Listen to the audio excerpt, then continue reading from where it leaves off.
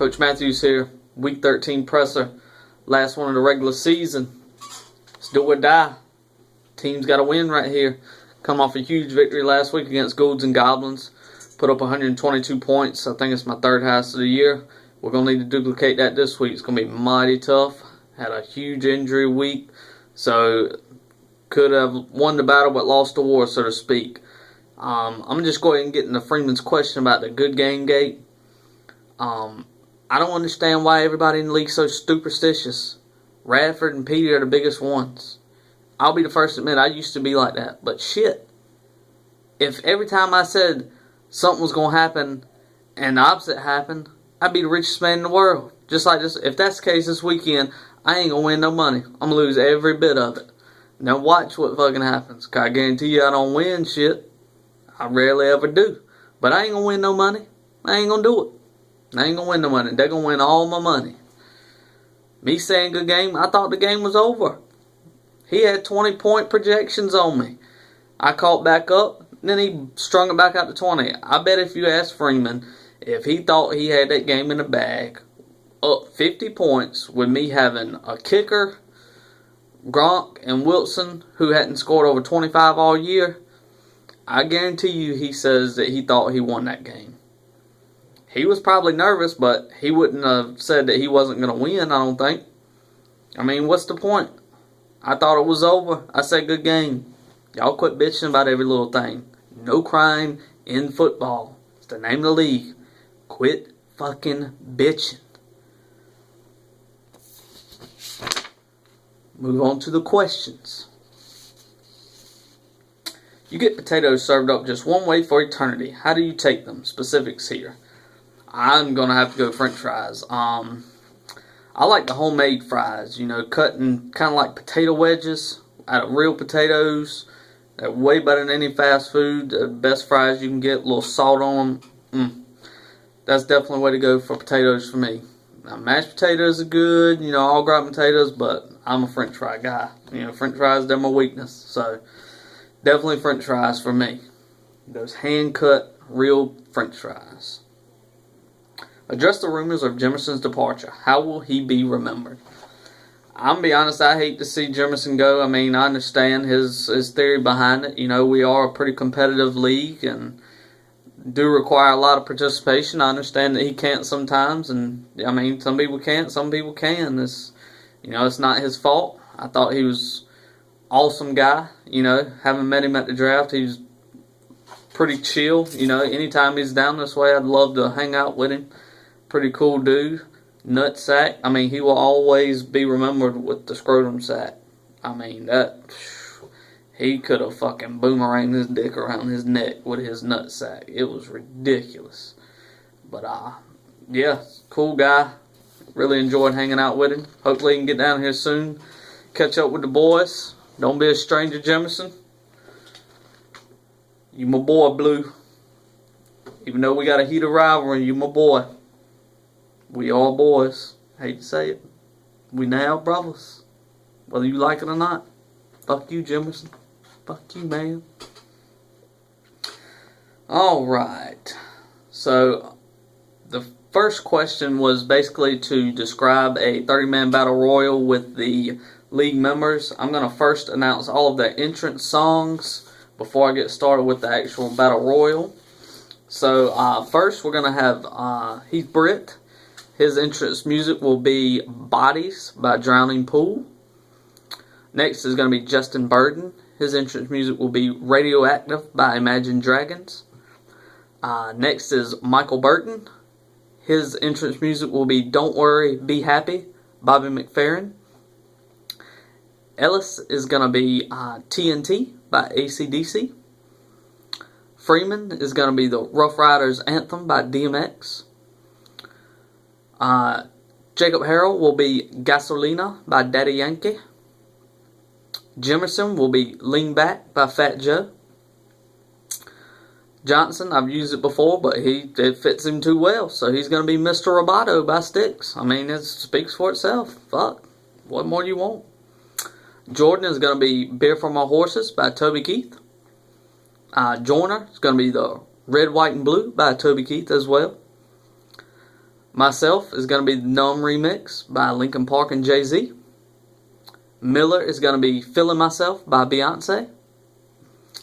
Radford's going to be Never Scared, I Ain't Never Scared by Bone Crusher. Schlickman is going to be 8 Mile by Eminem. That was a curveball. I know people didn't see that coming, but I can see Schlickman doing a little 8 Mile right in the mirror, getting himself pumped up all day. And last but not least, Yates is going to be Alive by P.O.D. Hope you enjoyed those. Don't have quite the technical savvy as Johnson to be able to play them into my presser, but if you like look any of them up, I think you'll see they fit pretty well. So this next part is going to be kind of lengthy. Just bear with me. I think you'll get some good laughs out of it. But Yates wanted me to describe the Royal Rumble with the league members. So I've typed it all up here. You can see how long this is. This is well thought out. This is how it's going to go. So just bear with me. And here we go. First two to start will be Britt and Burden. These two will battle out for a few in a clash much like that of Diesel and Yokozuna. Neither will be eliminated. Next comes in the Shark, Michael Burton. Wobbling down to the ring as soon as he enters, he goes for his patented smiling fist pump. There it is. In which Britt ducks, allowing Shark to fall over the top rope and eliminate himself. Probably better for everybody involved. Ellis then enters the fray with the hair gel slinging. Nobody is eliminated until Freeman enters the mix, when him and Burton joins forces as the Mega Powers and start to clean house. In dual effort, both work on Ellis and put in the effective finisher known as the 3D Pancake, in which he is then eliminated. Cue the mariachi band and enter Dirty. Sombrero in hand, he teams up with longtime ally Britt to battle the Mega Powers. These foes go back and forth trading blows, such as the Twinkie Twister and the Cannabis Clutch, until Jimmerson breaks on the scene. With Dick in hand, Jimmerson starts to lay waste to everybody in sight. He wears down Freeman enough to lock him in the scrotum swing, and then eliminates him with a powerful clothesline over the top rope. By the time Mr. Robotics himself, Johnson, rolls out on a self-made robot to the ring. Johnson tries to sneak attack Jimmerson. Jimmerson's having none of it. As he dismantles Johnson, tossing him onto the very robot that he rode in on, eliminating him. At this point, Britt, Burden, and Jimmerson remain in the ring battling out until Hank Williams Jr. blasts over the loudspeaker and enters Paul Jordan. Jordan, however, doesn't enter the ring as he waits for his longtime cohort Kevin Jordan to join the fray, and the Country Boys begin to take control. Storming the ring with moves such as the hay baler and the geriatric German suplex. With gray hairs flying, the Country Boys then eliminate Burden with a vicious double clothesline, leaving the unlikely duo of Britt and Jimmerson to battle the Country Boys. Bet you didn't see that coming. Differences aside, Britt and Jimmerson make for a devastating team with their height and athleticism. Jimmerson executes yet another scrotum swing on Joyner, and Britt hits Jordan with the King Kong Crunch. Crunch spelled with K. Get what I did there? To eliminate both Jordan and Joyner. With Britt and Jimmerson left battling, in comes Matthews. With arch rival Jimmerson standing before one of the deadliest tag teams in the league and Britt and Matthews, even Jimmerson's size is not enough to keep him from being eliminated by the duo. With just Matthews and Britt in the ring, enter Starzak Mirrors. Walking to the ring with his mirror in hand, nothing but boos ring out through the arena, and as soon as he steps foot in the ring, Matthews takes his mirror, smashes it over his head, and Britt demolishes him with a clothesline over the top rope. Next to enter is Radford. Strutting down to the ring like Billy Badass, he enters and starts to battle Matthews and Britt. Getting in some fresh blows at first, the tag team eventually catches up with Radford and gains control. With Radford getting pummeled in the corner, Schlickman makes his way down to the ring. Shockingly, Schlickman starts to unleash a fury of blows on Britt and Matthews, allowing Radford enough time to regain his stamina. By this time, the last entry enters the battle in Yates. With only 5 people remaining in the contest, things start to get dicey. With Yates seemingly about to team up with Matthews and Britt, the nice guy turns the tables and strikes Britt in the back of the head, falling into a back body drop over the top rope by Radford, leaving Matthews alone to battle 4 individuals. As the 3 approach Matthews, a bizarre incident occurs in which Schlickman's flannel shirt bursts into flames. Schlickman hurls himself over the top rope, heading straight for the locker room to contend with the fire, eliminating himself. 3 remain: Yates, Radford, and Matthews. Yates, as the nice guy that he is, steps back and decides to let Radford and Matthews battle it out.